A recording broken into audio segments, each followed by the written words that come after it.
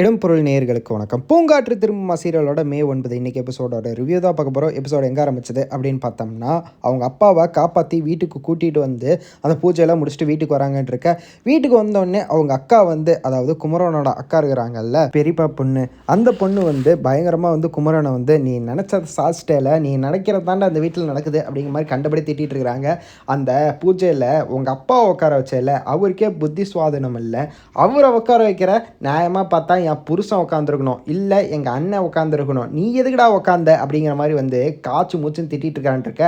அவங்க அம்மா வந்து என்ன வார்த்தடி சொல்லிட்ட அப்படிங்கிற மாதிரி வந்து சாரி கேள்றி, அவன் தான் வந்து இந்த குடும்பத்தையே பார்த்துட்டு இருக்கான், ஒன்று உன் புருஷன் குடிக்காமல் இருந்திருக்கணும், அவனும் குடிச்சிட்டு உங்கள் அண்ணனும் குடிச்சிட்டு இப்படி பண்ணிட்டுருக்கனால தாண்டி அவன் உட்காந்து பொறுப்பாக எடுத்து வேலையை செஞ்சுட்டு இருக்கான், அவனை நீ திட்டுறியா அப்படிங்கிற மாதிரி திட்டி சாரி கேட்க வச்சு அமுச்சு விட்றாங்க அப்படின்னு இருக்கா.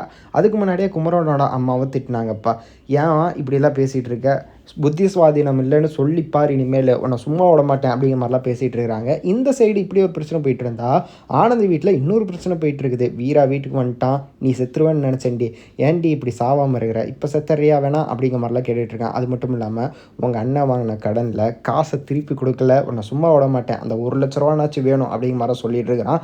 இல்லை இன்னொரு ஆப்ஷன் இருக்குது, காலில் விழுந்து மன்னிப்பு கேட்டு வீட்டுக்கு வந்து நான் பண்ணுற கொடுமையெல்லாம் டார்ச்சர்லாம் வந்து சகிச்சுக்கிட்டு வாழ முடிஞ்சா வாழு அப்படிங்கிற மாதிரி சொல்கிறான் இருக்க.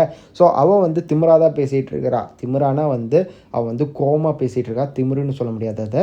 ஸோ அவள் வந்து கோவமாக பேசிகிட்டு இருக்கா, எவ்வளோ தைரியம் இருந்தால் அப்படி பேசுவேன், உன்னை சும்மா விட மாட்டேன்டா அப்படிங்கிறலாம் பேசிகிட்டு இருக்கிறா. ஸோ நான் வந்து உனக்கு அடிமையா, நான் வந்து நினச்சதை பிடிச்ச மாதிரி எனக்கு வாழணும்னு நினச்சதை அப்படி வாழ போகிறேன்டா அப்படிங்கிற மாதிரிலாம் பேசிகிட்டு இருக்கா அப்படின்ட்டு இருக்க. ஸோ இப்படி ஒரு கான்வர்சேஷன் இவங்களுக்குள்ளே போயிட்டு இருக்குது. வெளியே இருந்து கதவை தட்டுறாங்க. யாருன்னு பார்த்தோம்னா ஆனந்தியோட அண்ணி. அவங்க கதவை தட்டி வாங்க காஃபி குடிக்க வாங்க அப்படிங்கிற மாதிரிலாம் கூப்பிட்றாங்கன்னு இருக்க.